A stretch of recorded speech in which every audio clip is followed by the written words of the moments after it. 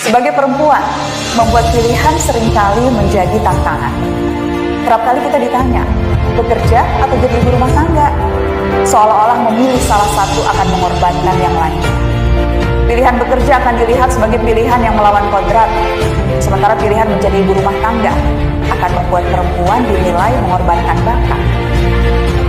Dilema dan penghakiman yang tidak pernah dialami oleh laki-laki. Kapan kita pernah mendengar seorang pria ditanya, mau berkarir atau jadi ayah yang baik? Tiap kali perempuan bimbang mengambil pilihan, orang-orang dengan gampang memvonis, perempuan memang ribet.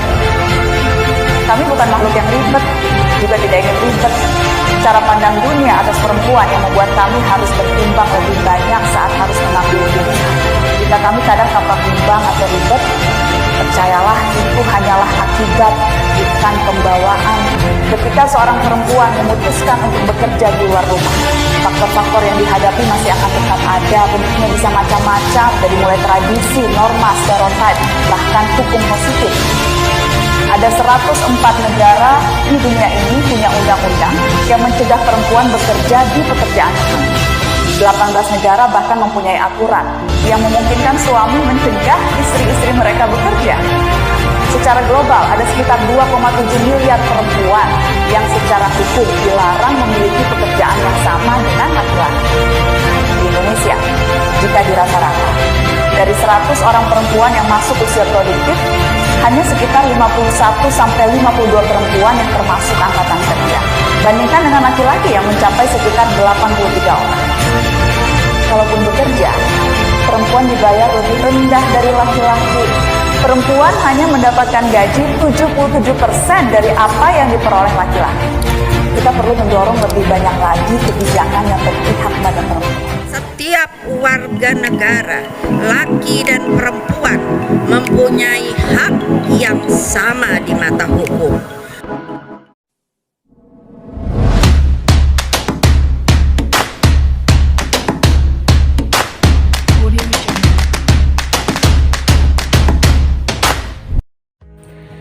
Assalamualaikum warahmatullahi wabarakatuh. Salam sejahtera bagi kita semua. Shalom, Om Swastiastu, Namo Buddhaya, salam kebajikan. Perkenalkan, kami dari salah satu kelompok pada mata kuliah pengantar ilmu hubungan internasional dengan dosen pengampu Ibu Glory Yolanda Yahya, program studi ilmu hubungan internasional, Fakultas Ilmu Sosial dan Ilmu Politik, Universitas Maritim Raja Ali Haji. Pada konten video kali ini kami akan membahas topik tentang gender. Adapun kelompok kami beranggotakan saya sendiri Yulia Delsya dengan nomor induk mahasiswa 2105050053. Perkenalkan, nama saya Mimi Audia Zulha, NIM 2105050001. Perkenalkan, nama saya Inka Marni Putri, NIM 2105500118.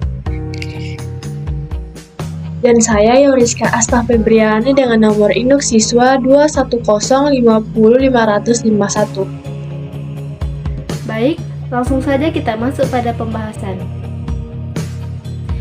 Dilihat dari latar belakang historisnya, konsep kesetaraan gender menurut Robota sebenarnya lahir dari pemberontakan kaum perempuan di negara-negara barat akibat penindasan yang dialami mereka selama berabad-abad lamanya. Sejak zaman Yunani, Romawi, abad pertengahan, atau The Middle Ages, dan bahkan pada abad pencerahan sekalipun, Barat menganggap wanita sebagai makhluk inferior, manusia yang cacat, dan sumber dari segala kejahatan atau dosa. Hal ini pun kemudian memunculkan gerakan perempuan Barat menuntut hak dan kesetaraan perempuan dalam bidang ekonomi dan politik yang pada akhirnya dikenal dengan sebutan feminis. Kelahiran feminisme dibagi menjadi 3 gelombang, yakni feminisme gelombang pertama yang dimulai dari publikasi Mary Wollstonecraft berjudul Vindication of the Right of Woman pada tahun 1972 yang menganggap kerusakan psikologis dan ekonomi yang dialami perempuan disebabkan oleh ketergantungan ekonomi pada laki-laki dan peminggiran perempuan dari ruang publik. Setelah itu, muncul feminisme dengan doktrinnya yang memandang perbedaan gender sengaja diciptakan untuk memperkuat penindasan terhadap perempuan. Pada gelombang kedua inilah dimulai gugatan perempuan terhadap institusi pernikahan, keibuan atau motherhood, hubungan lawan jenis atau heterosexual relationship, dan secara radikal mereka berusaha mengubah setiap aspek dari kehidupan pribadi dan politik. Terakhir adalah feminisme gelombang ketiga yang lebih menekankan kepada keragaman atau diversity. Sebagai contoh, ketertindasan kaum perempuan heteroseksual yang dianggap berbeda dengan ketertindasan yang dialami kaum lesbi dan sebagainya. Pada dasarnya, semua orang sepakat bahwa perempuan dan lelaki berbeda, namun gender bukanlah jenis kelaminan laki-laki perempuan sebagai pemberian Tuhan.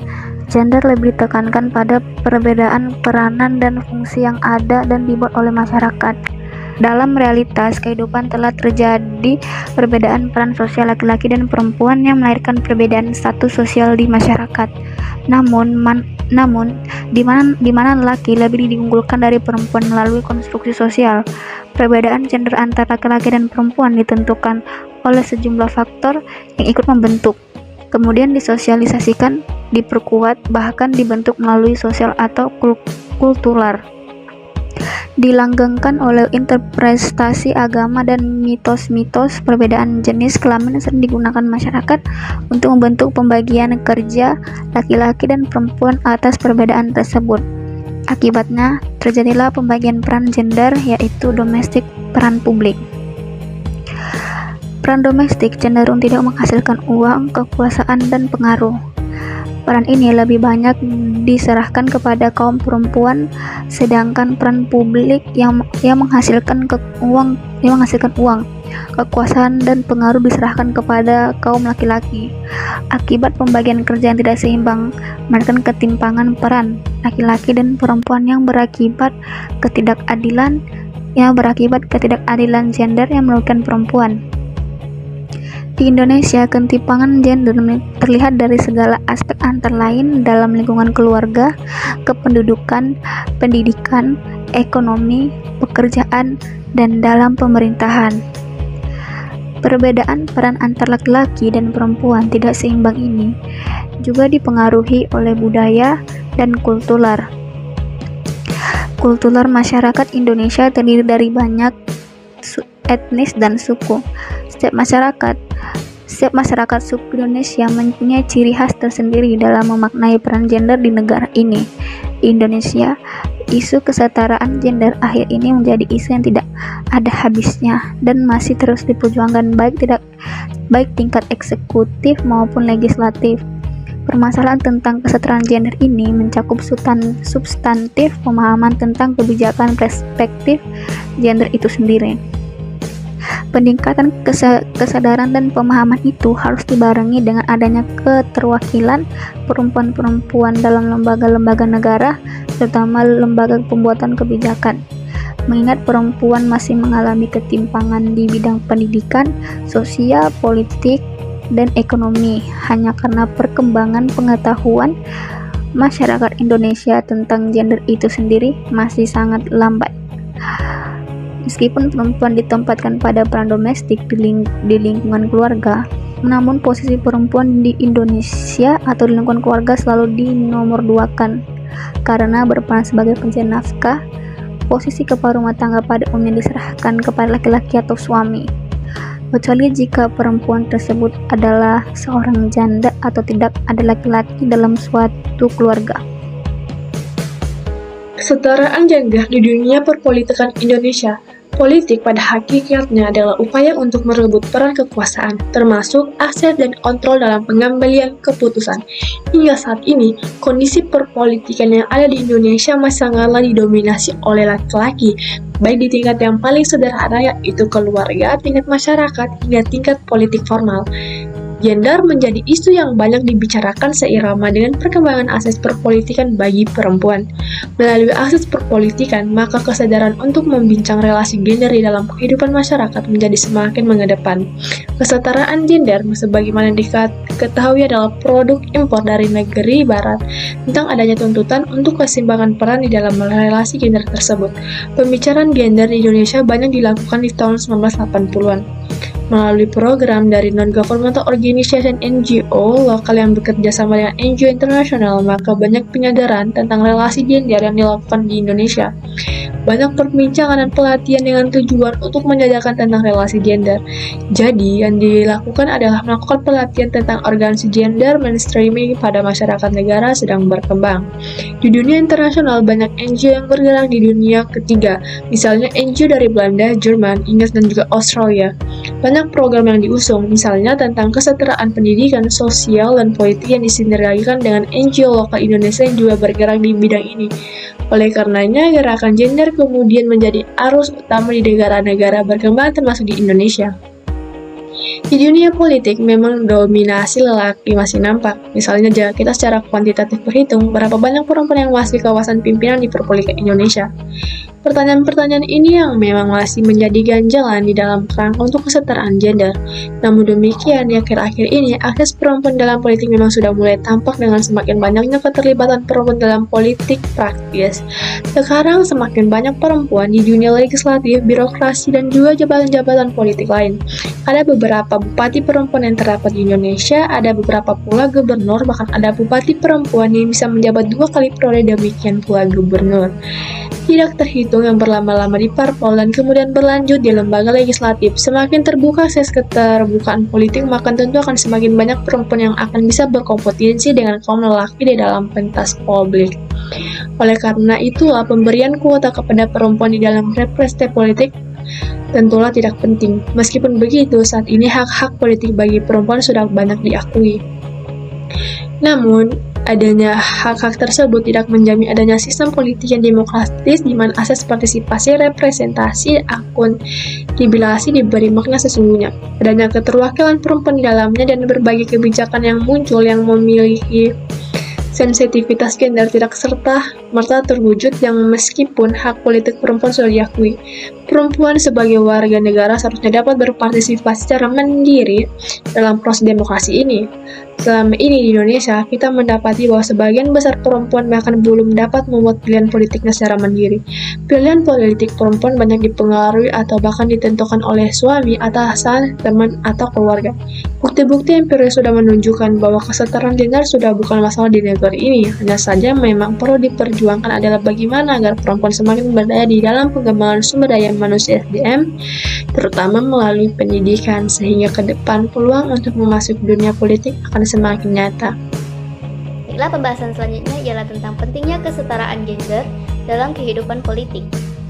Pendidikan politik adalah suatu aktivitas yang bertujuan untuk membentuk dan menumbuhkan orientasi-orientasi politik pada setiap individu maupun kelompok. Proses pendidikan politik dilakukan agar masyarakat luas dapat menjadi warga negara Indonesia yang sadar dan menjunjung tinggi dari akan adanya hak dan kewajibannya untuk dalam berkehidupan masyarakat, berbangsa, bernegara, serta memperhatikan keadilan dan kesetaraan gender. Hal ini ditekankan karena pada realitasnya masih dirasakan adanya kesenjangan antara peranan yang dilakukan oleh kaum laki-laki dan perempuan pada berbagai peran, utamanya pada peran-peran publik.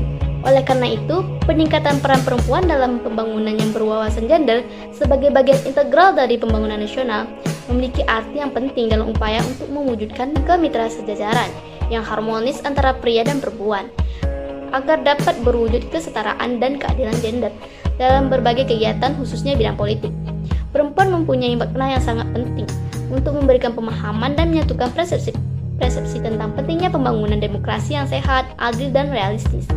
Oleh karena itu, pengembangan pendidikan politik perempuan perlu ditingkatkan lagi dari segi organisasinya maupun pemantapan pilar-pilar demokrasi melalui lembaga legislatif, eksekutif, maupun yudikatif yang dapat memberikan aspiratif dari pro terhadap kepentingan perempuan.